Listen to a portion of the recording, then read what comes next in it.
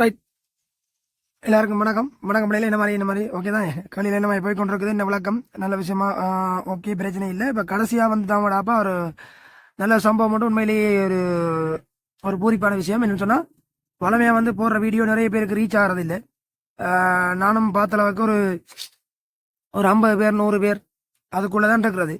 அதுவும் கடைசியாக போட்ட அந்த மெக்கானிக்ஸ் எல்லாம் பெரும்பாலும் ஒரு 40 பேர் 30 பேர் 20 பேர் தான் பார்த்துருந்தேன் நீங்கள். அப்போ மேக்ஸிமம் அது ரீச் ஆகிற மாதிரி இல்லாமல் இருந்தது. கடைசியாக வந்து போட்ட வீடியோ, அதாவது பார்ட் 5 நினைக்கிறேன், ஒரு 150க்கு மேலே உள்ள வியூவர்ஸ் வந்து வந்திருந்தது. வித்தியாசமாக இருந்தது. என்ன சம்திங் அது என்னென்னு தெரியல. ஆனால் நிறைய பேர் பார்க்குற நீங்கள் வந்து சப்ஸ்கிரைப் பண்ணாமல் பார்க்குறீங்க. அப்போ அதால் பெனிஃபிட்ஸ் கொஞ்சம் குறையும், எனக்கான பெனிஃபிட்ஸ் குறையும். அதாவது எனக்கு சொன்னால் நினைக்கிறேன், உங்களுக்கு ஒரு வருஷத்தில் வந்து இப்போ யூடியூப்பால் வந்து ராப்பா இன்கம்னு சொல்லி அவ்வளோ பெரிய இன்கம்லாம் ஒன்றும் வர போகிறது இல்லை. ரைட். உங்களோட வியூவர்ஸும் அது எவ்வளவுக்கு ரீச் ஆகுதுன்ற பொறுத்து தான் நாங்கள் அதுவும் என்ன விளக்கம், முதல் ஒரு வருஷத்துலடாப்பா 4000 வாட்சிங் ஹவர்ஸ் தாண்டி இருக்க வேணும். என்ன அதே மாதிரி 1000 பேருக்கு மேலே சப்ஸ்கிரைபர்ஸ் வந்து தாண்டி இருக்கணும். அப்போ அதான் நீங்கள் முக்கியம் மெயின். அப்போ அதில் உங்களோட வந்து வாட்சிங் ஹவர்ஸ் வந்து அவ்வளவுக்கு பெனிஃபிட்டாக இல்லை. அதாவது நீங்கள் வந்து சும்மா பொழுதுபோக்குக்காக ஒரு 15 நிமிஷம் வீடியோ போட இருக்கலடாப்பா, 15 நிமிஷம் வீடியோ நீங்கள் யூஸ் பண்ணுறீங்களான்னு தெரியல. அப்படி வீடியோஸை பார்க்க தெரியல. ரியலைஸ் பண்ணி பாருங்க. பிரியோசனம் ஆக்கள் தான் அதான் நான் இது பிரியோசனம் உள்ள ஆக்களுக்கு சேவ் பண்ணுங்க. இது என்ன நிறைய பிள்ளைகளுக்கு வந்து இதெல்லாம் ஒரு கண்ணு கட்டாத கனவா இருக்கும். பாஸ் பேப்பர் செய்யறன்றது, அதுவும் 40 வருஷம் பாஸ் பேப்பர் 50 வருஷம் பாஸ் பேப்பர் முழுமையாக செய்யறதுன்றது நிறைய பேருக்கு ஒரு பெரிய ஒரு சவாலாக இருக்கும். அப்போ அதில் செய்து நாங்கள் அப்லோட் பண்ணிக்கலடாப்பா, அதை கொஞ்சம் பிரியோசனமாக உள்ள ஆக்களுக்கு அனுப்புங்க, சேவ் பண்ணுங்க. மேக்சிமம் யார் யார் பிரியோசனப்படுத்தினோமோ வெளியே சேவ் பண்ணுங்க. ரைட். பாஸ் பேப்பர் தான் ஃபைனலுக்கு வரப்போகுது. இதை தாண்டி ஒருத்தன் ஃபைனலுக்கு வந்து பாஸ் பேப்பர் செய்யாமல் போக போகிறது இல்லை.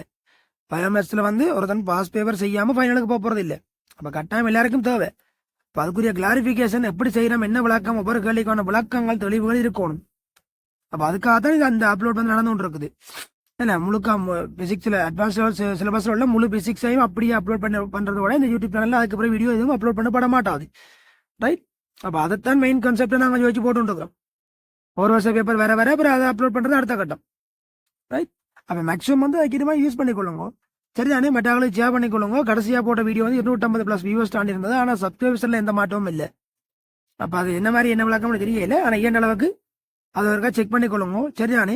இப்போ உங்களால் தொடர்ந்து வீடியோக்கள் உங்களுக்கு பிரியோசனப்படுதுன்னு சொல்லியிருக்கல, அதுக்குரிய ஆதரவுகள் நீங்கள் தந்தால் தான் எங்களுக்கும் அது ஒரு மோட்டிவேஷனாக இருக்கும். சரியா? ரைட். ஓகே, பிரச்சனை இல்லை. அடுத்த கழிக்கிறோம். 37வது கழிக்கு வாங்க. அதாவது மெக்கானிக்கில் இயக்கவியல் என்ற பகுதியில் என்ன 37வது கேள்வி பார்க்கணும். XY தளத்திலே அசையும் ஒரு துணிக்கை P ஆனது X திசையிலே பூச்சியமற்ற மாறா வேகக்கூறை கொண்டுள்ளது. XY தளத்திலே அசையும் ஒரு துணிக்கை P ஆனது X திசையில மாறா வேகக்கூறு பூச்சியமற்ற மாறா வேகக்கூறை கொண்டுள்ளது. Y திசையிலே வேகக்கூறு பருமன் மாறா வீதத்தில் அதிகரிக்குது. அதன் மீனிங் என்னடா? Y திசையிலே மாறா வீதத்தில் அதிகரிக்கணும் என்னடா மீனிங்?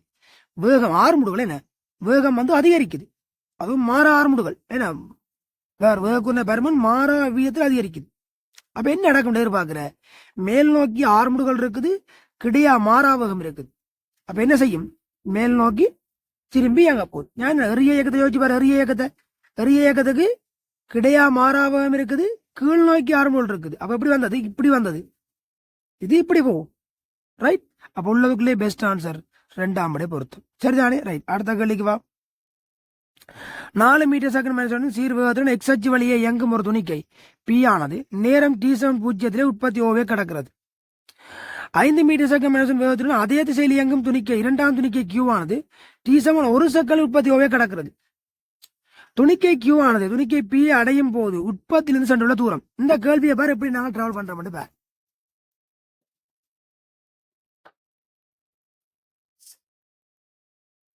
இந்த கேள்வியை எப்படி மூவ் பண்ண போறோம்னு பாரு.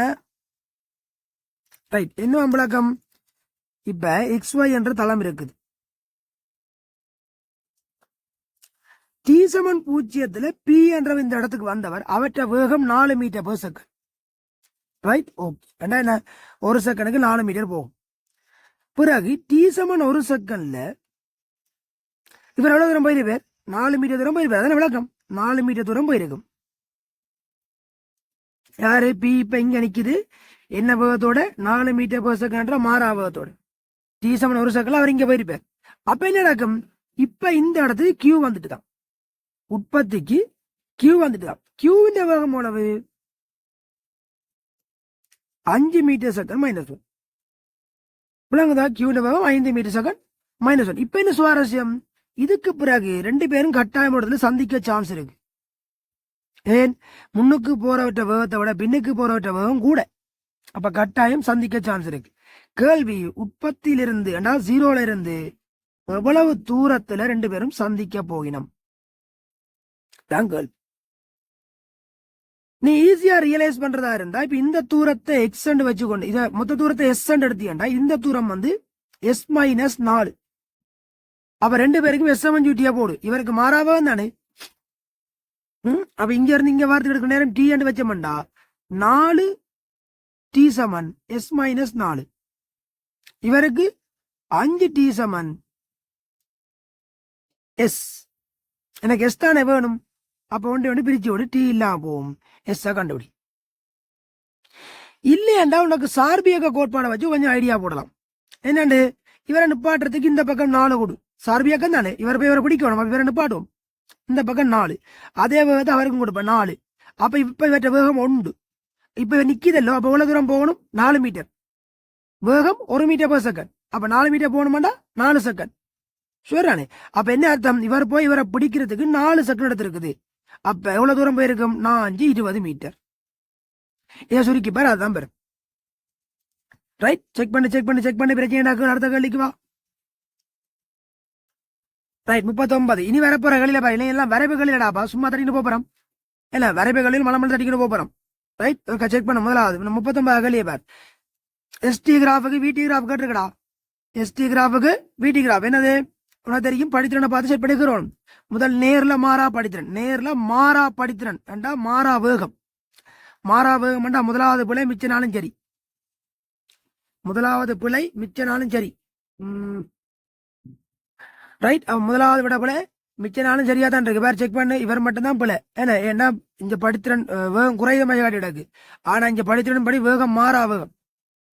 பிறகு மறையில மாறா வேகம் எங்க 2.5 வரைக்கும் மறையில மாறா வேகம் தான். அப்ப 2.5 வரைக்கும் மறையில மாறா வேகம்டா இவர் சரி. ஆனா இவர் பிழை. இவர் சரி, இவர் பிழை. அப்ப இப்ப விட 2 அல்லது 4. இதை இன்னும் ஈஸியா தடி இருக்கலாம். இது வடிவா கவனியடா.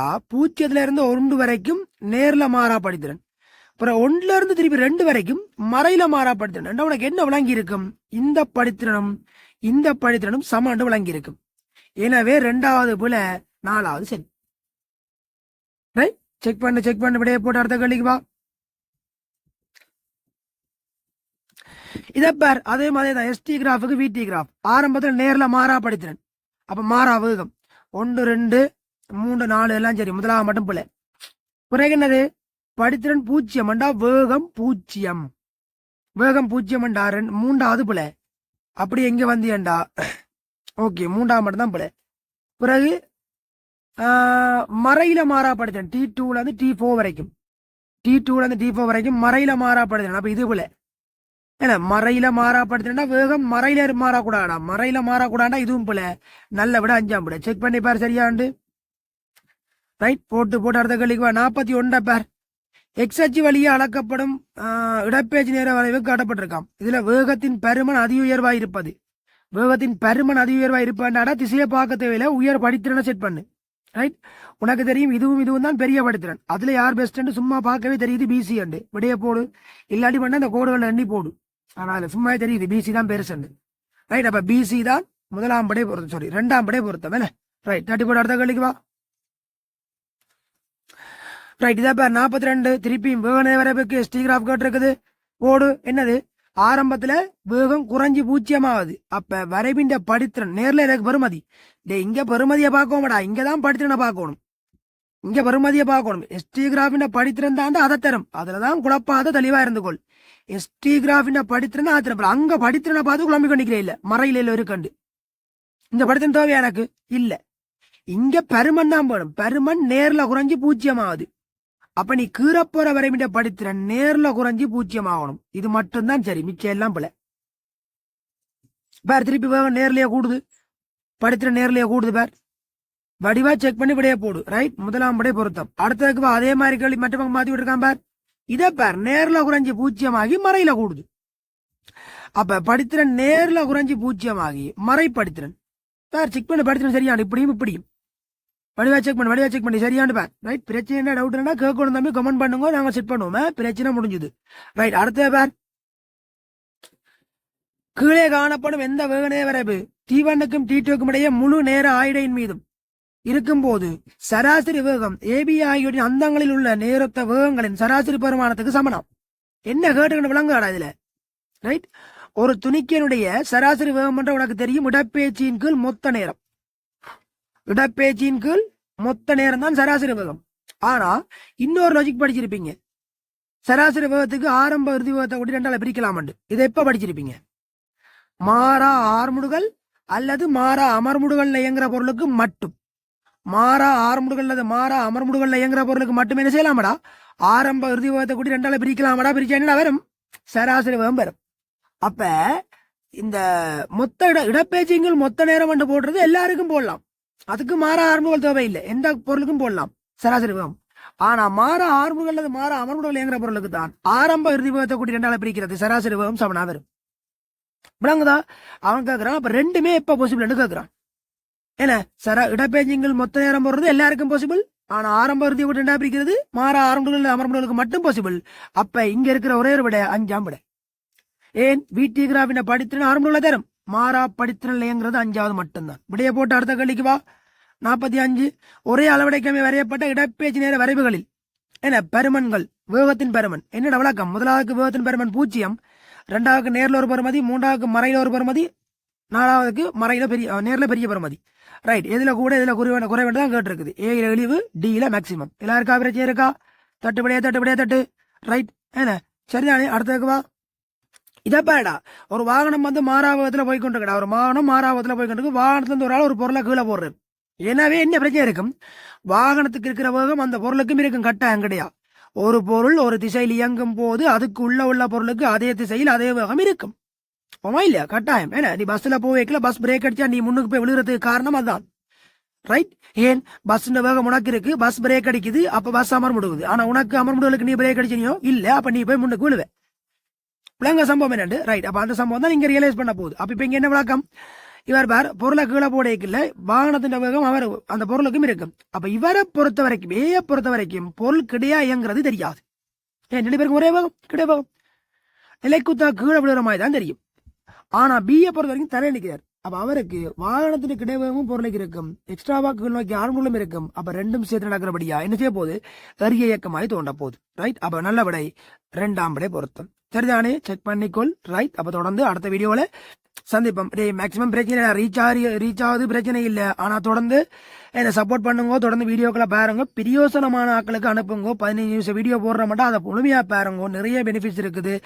நீங்கள் பாஸ் பேப்பர் செய்யாம ஃபைனலுக்கு போறதுல ஒரு அர்த்தமும் இல்லை, அதை மட்டும் மெயினா தெரிஞ்சு வச்சுக்கோ. சரிதானே? ரைட், தொடர்ந்து அடுத்த வீடியோல சந்திப்போம். குட் லக், நல்லபடியா தொடர்ந்து பயணிப்போம்.